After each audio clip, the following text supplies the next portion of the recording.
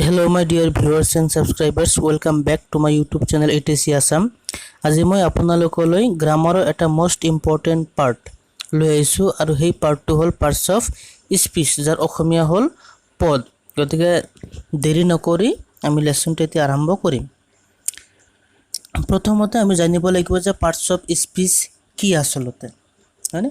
এতিয়া ইয়াত অসমীয়াত লিখা আছে, ধুনীয়াকৈ চাব যে বাক্যত ব্যৱহাৰ হোৱা প্ৰতিটো শব্দই একোটা পদ বা পাৰ্টস অফ স্পিচ।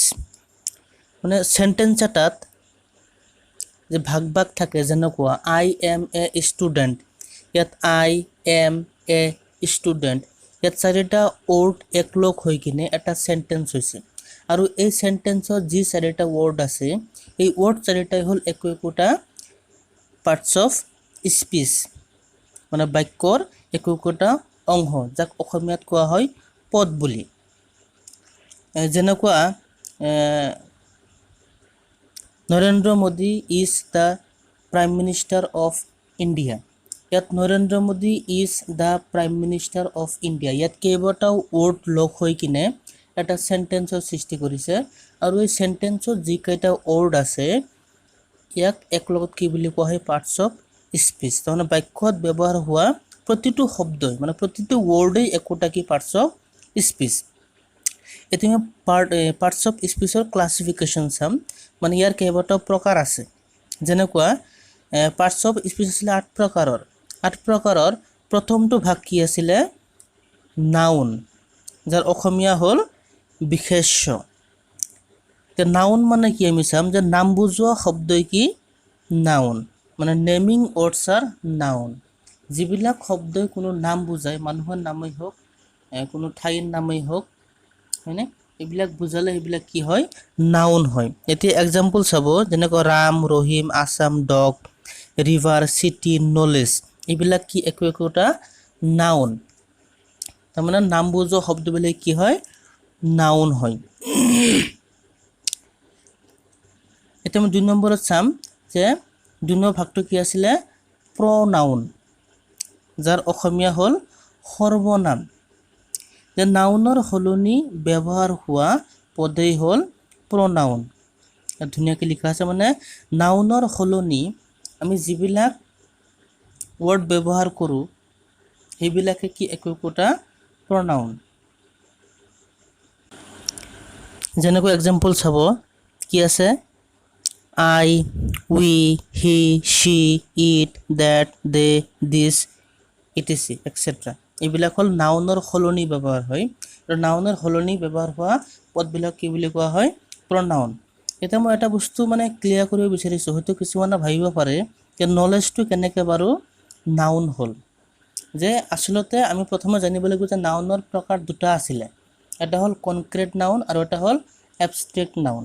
এই এবষ্ট্ৰেক্ট নাউনটোৱে হ'ল নলেজ।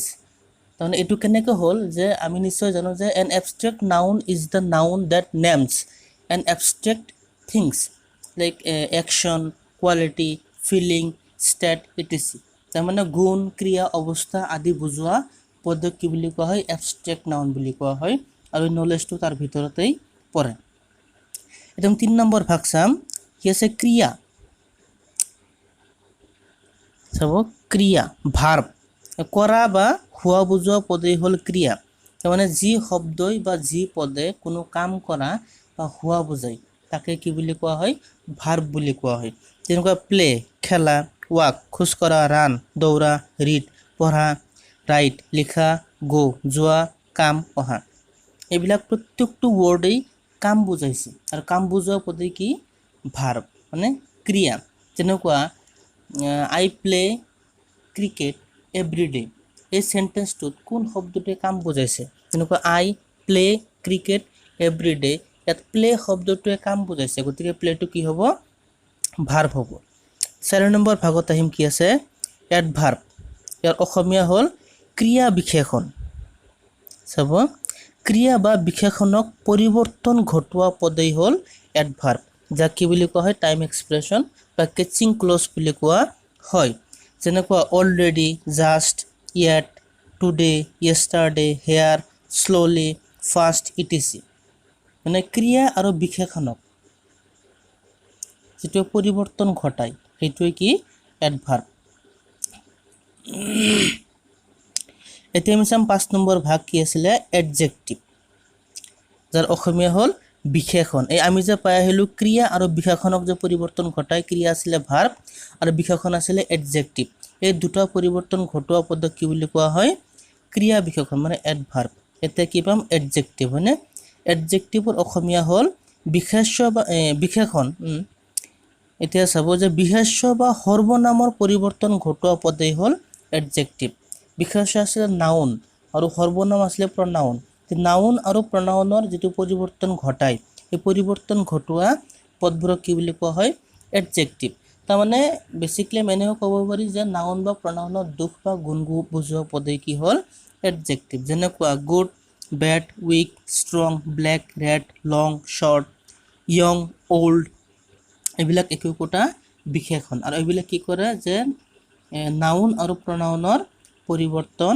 ঘটায় আমি 6 নম্বৰত চাম প্ৰিপজিশন যাক অসমীয়াত কোৱা হয় অব্যয় কি আছিলে আন পদৰ লগত বিশেষ্য পদৰ সম্পৰ্ক ঘটোৱা পদেই হ'ল প্ৰিপজিশন মানে আন যিবিলাক পদ আছে সেইবিলাক পদৰ লগত যেতিয়া বিশেষ্য পদৰ সম্পৰ্ক ঘটায় মানে নাউনৰ সম্পৰ্ক ঘটায় তাক কি বুলি কোৱা হয় প্ৰিপজিশন প্ৰিপজিশন ইয়াৰ অৰ্থ এনেকুৱাকৈ ক'ব পাৰি প্ৰিপজিশন প্ৰি মানে হ'ল প্ৰাক পজিশন মানে স্থান মানে নাউনৰ বেসিক্যালি নাউনৰ আগত বহি কিনে নাউনৰ লগত এটা সম্পৰ্ক স্থাপন কৰে যেনেকুৱা in on to with at upon এইবিলাকত ব্যৱহাৰ আছে যেনেকুৱা ওপৰত লাগি থকা বুজালে অন বহে যেনেকুৱা the book is on the table আকৌ ওপৰত লাগি থকা নুবুজালে অভাৰ বহে হয়নে যেনেকুৱা খোজকাঢ়ি যোৱা বুজালে অন বহে I go to school daily on foot